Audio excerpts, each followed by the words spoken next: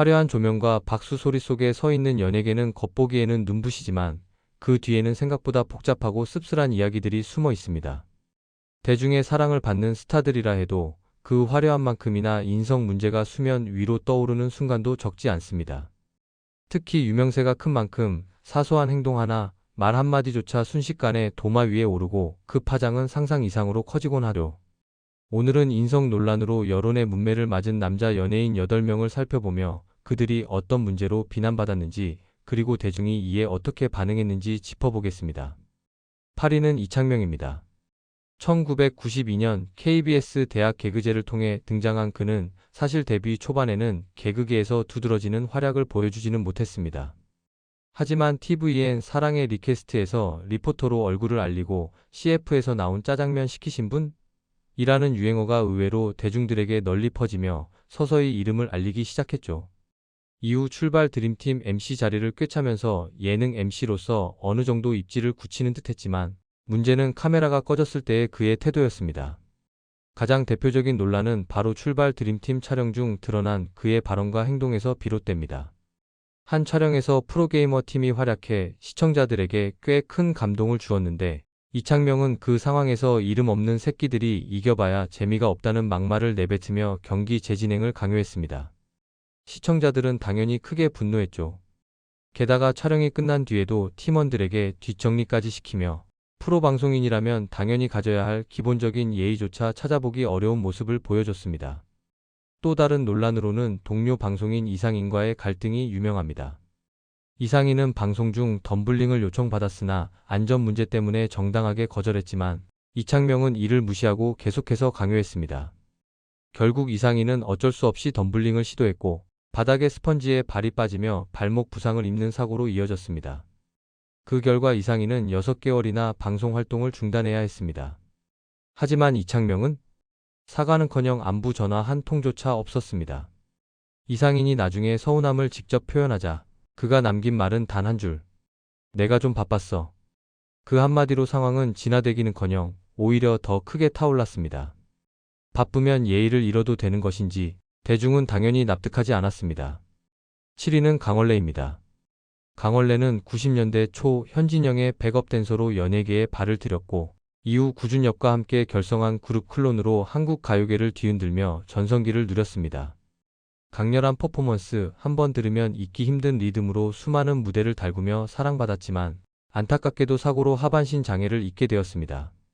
그럼에도 방송에 복귀하며 재기한 인물로 기억하는 사람도 많죠.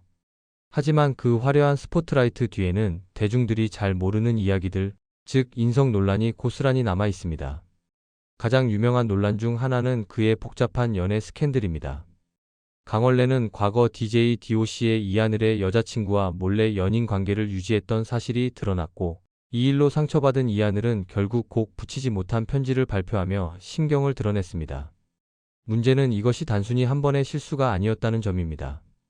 당시 강원래는 현재의 아내 김송과 7년째 교제 중이었지만 그 기간 내내 여러 여성과의 관계 의혹이 끊이지 않았습니다. 그리고 사고 이후에도 이 문제는 멈추지 않았습니다. 김송은 한 인터뷰에서 결혼 후 자신의 인생을 내려놓고 희생했다고 믿었지만 강원래가 자신이 믿고 의지했던 사람과도 부적절한 관계를 맺었다는 사실을 알게 되었고 그 충격과 상처는 오래도록 그녀를 괴롭혔다고 털어놓았습니다. 종교적 신념 때문에 이혼은 하지 못했지만 그녀가 감내해야 했던 내면의 고통은 결코 가벼운 것이 아니었습니다. 그리고 4위는 임창정입니다. 임창정은 90년대 2000년대 초반 가수와 배우를 넘나들며 만능 엔터테이너라는 칭호를 당당히 얻은 인물이었습니다. 수많은 히트곡, 영화와 드라마 속 존재감으로 큰 사랑을 받았지만 그의 이름에는 항상 인성 논란이 따라다녔습니다. 업계에서 그는 후배들에게 군림하는 선배, 김창렬과 함께 기싸움과 권위적 태도로 악명이 높았던 인물로 알려져 있었습니다. 하지만 당시 인기가 너무 압도적이었기에 이 논란들은 쉽게 묻혔죠. 그의 인성 논란이 본격적으로 수면 위로 드러난 시점은 주가 조작 관련 사건과 맞물리면서부터입니다. 2024년 2월 본인이 설립했다고 공개적으로 말해왔던 SI 아카데미 연기학원에서 광고 모델들에게 출연료를 지급하지 않았다는 사실이 드러났습니다. 논란이 커지자 그는 태도를 180도 바꿔 학원과 본인은 무관하다고 손을 털어버렸습니다. 그 결과 출연 배우들과 학원 관련자들은 큰 피해를 떠안아야 했고, 해당 문제는 지금까지도 해결되지 않은 채 남아 있습니다. 6위는 김기수입니다. 김기수는 2001년 KBS 16기 공채 개그맨으로 데뷔했지만 개그 무대에서 두각을 보이기보다는 이후 뷰티 유튜버로 전향하면서 새로운 이미지를 구축하기 시작했습니다. 독특한 화장법과 솔직한 말투로 한때는 입담 좋은 뷰티 크리에이터로 팬층을 확보했죠.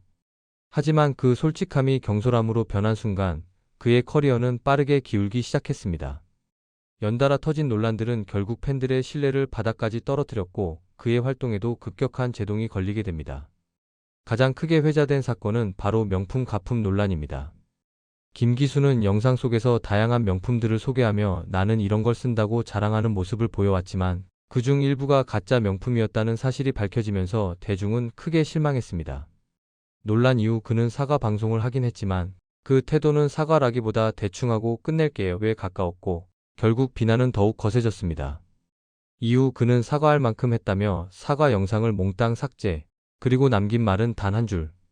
볼 사람은 다 봤으니까 내렸어요. 대중의 실망은 당연히 더 커질 수밖에 없었습니다. 여기에 막말 논란까지 더해졌습니다. 생방송 중 후원금을 보낸 시청자에게 금액이 적다며 불만을 드러내고 심지어 조리돌림과 강퇴까지 서슴지 않았습니다. 또 특정 시청자에게는 부모님한테 그런 말 배웠니? 인중에서 김치 냄새 난다. 와 같은 공개적인 비하 발언도 했습니다. 이쯤 되면 논란이 아니라 인성폭로 수준이었죠. 다음 5위는 이민호입니다. 이민호는 2009년 드라마 꽃보다 남자에서 구준표 역으로 한류 스타의 정점에 올랐습니다. 조각 같은 외모와 존재감 있는 연기로 아시아 전역에서 사랑받는 배우로 자리 잡았죠. 하지만 그 화려한 인기 뒤에는 꾸준히 따라다니는 태도 논란이 있었습니다. 대표적인 사건은 2015년 백상예술대상에서 벌어졌습니다. 신인상을 받지 못하자 그는 즉시 자리를 떠나려는 모습을 보여 스태프들이 진땀을 흘리며 말려야 했습니다. 문제는 그날 밤 인기상 수상이 이미 확정된 상태였다는 점. 결국 그는 인기상을 수상했지만 대중의 눈에는 감정 조절이 안 되는 자기중심적 배우라는 이미지가 강하게 남게 되었습니다. 그리고 이 일은 결코 한 번으로 끝나지 않았습니다. 2018년에는 기자들이 뽑은 태도가 나쁜 배우 2위로 선정되었고 촬영장 및 인터뷰 자리에서 무성의한 태도를 보였다는 지적 또한 꾸준히 나왔습니다. 팬들조차 스타로서의 책임감이 부족하다. 대중을 대하는 태도가 가볍다. 라고 말할 정도였죠. 결국 이민호의 문제는 역량이 아니라 태도였다는 평가가 따라붙습니다. 4위는 송중기입니다. 송중기는 2008년 영화 쌍화점으로 연예계에 등장한 이후 성균관 스캔들, 태양의 후예 등 굵직한 인기작을 통해 한국을 넘어 아시아 전역에서 완벽남 이미지를 구축한 배우로 알려져 있습니다.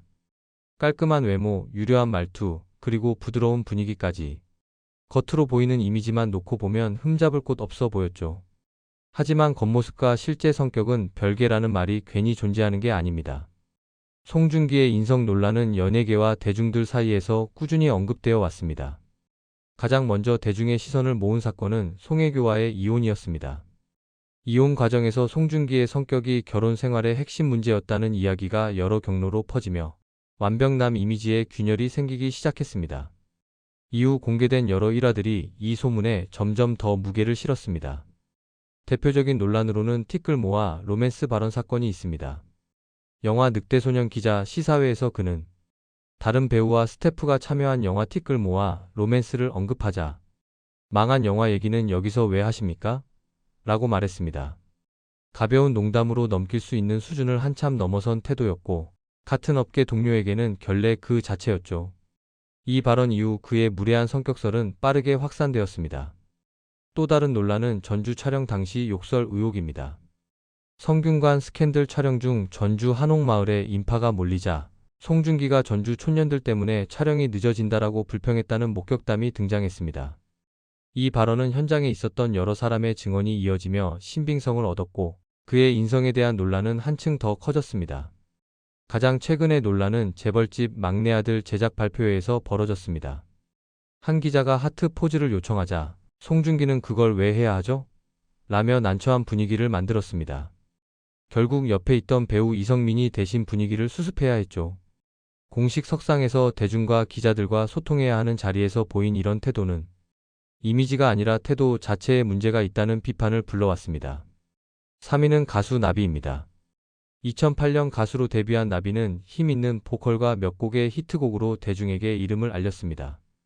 또한 개그맨 장동민과의 공개 연애로 스포트라이트를 한 번 더 받았지만 결국 결별로 마무리되어 많은 팬들에게 씁쓸함만 남겼죠.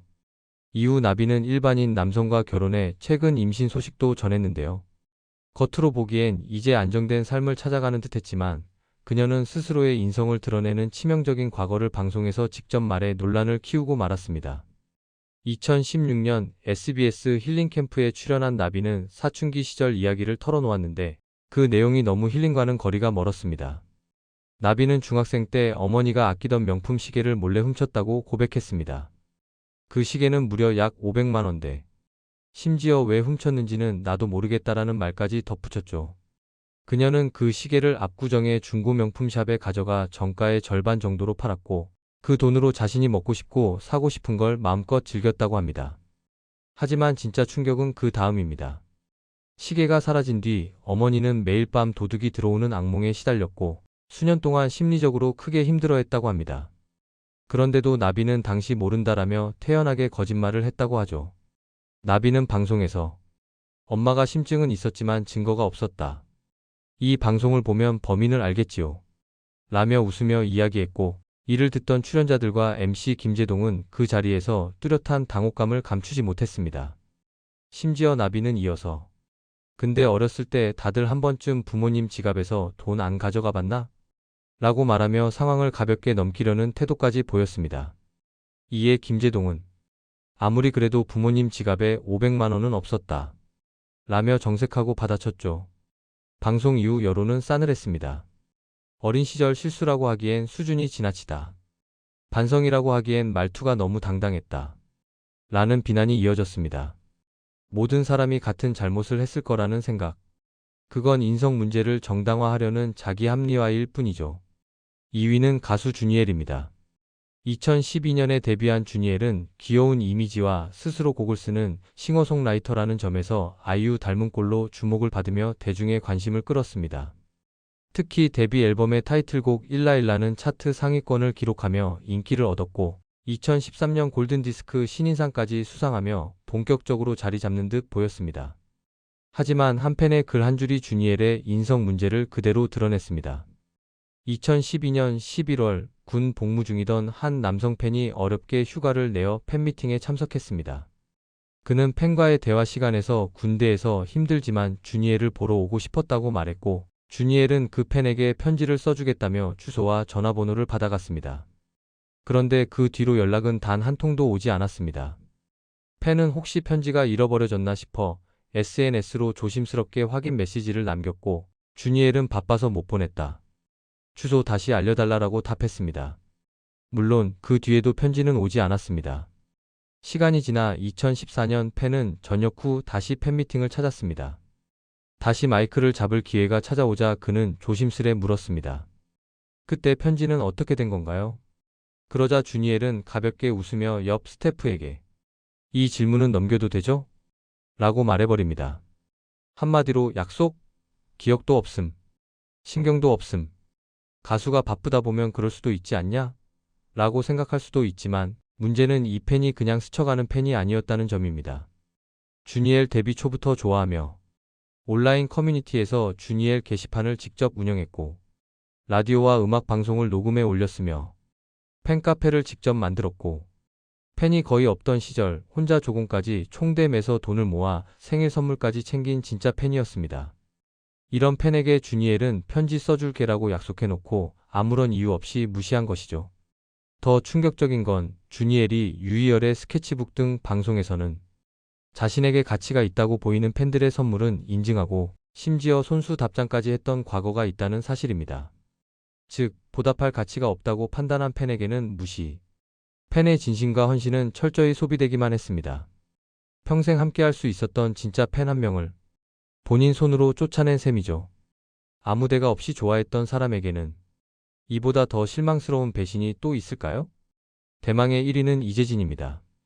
1997년 잭스키스로 데뷔한 이재진은 무한도전 토토가를 계기로 그룹이 재결합하면서 다시 주목을 받았고 그 후 예능에서도 꽤 얼굴을 비치며 활동을 이어갔습니다.